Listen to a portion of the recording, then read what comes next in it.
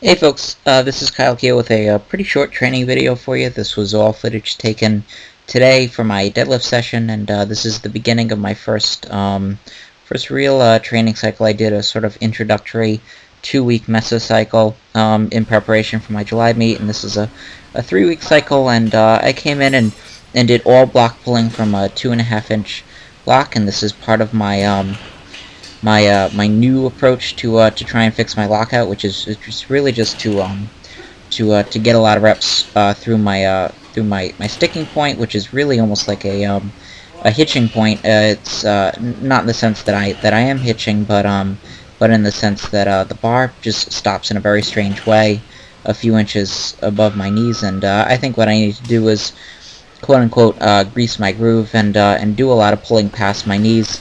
And one of the ways in which I'm going to do that is I'm going to do a lot of block pulling off of really short blocks. So these right here are 45-pound plates that I'm pulling off of. That's about 2.5 inches off the ground. And really what I'm focusing on is I'm focusing on maintaining good position but not great position. And the reason for that is because I want to imitate the biomechanics of my pull off the floor. So I don't necessarily want to get in great position. I don't want to change the lift entirely.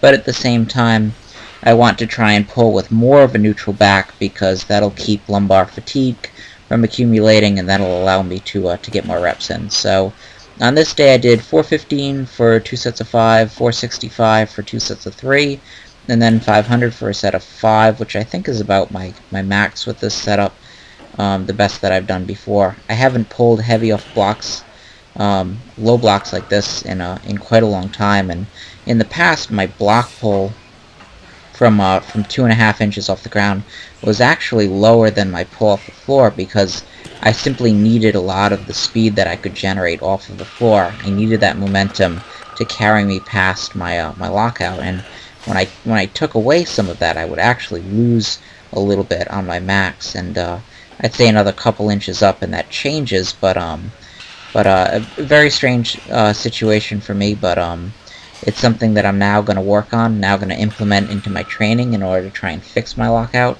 After this, I did a bunch of sets of like 15 with 225 just to try and accumulate more volume, really stress my glutes, really focus on pushing my hips through at the top. That's something that I'm really trying to focus on for all of these attempts as well. So I'm not using chalk. I'm not using baby powder, rather.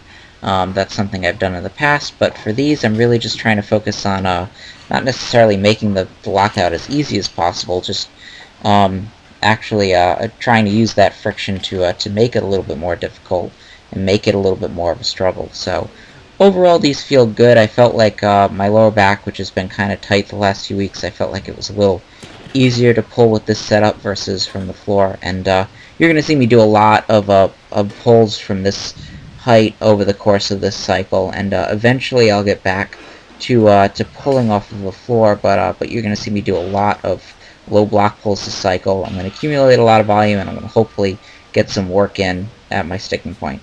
Anyway, keep checking in, more videos for you very soon.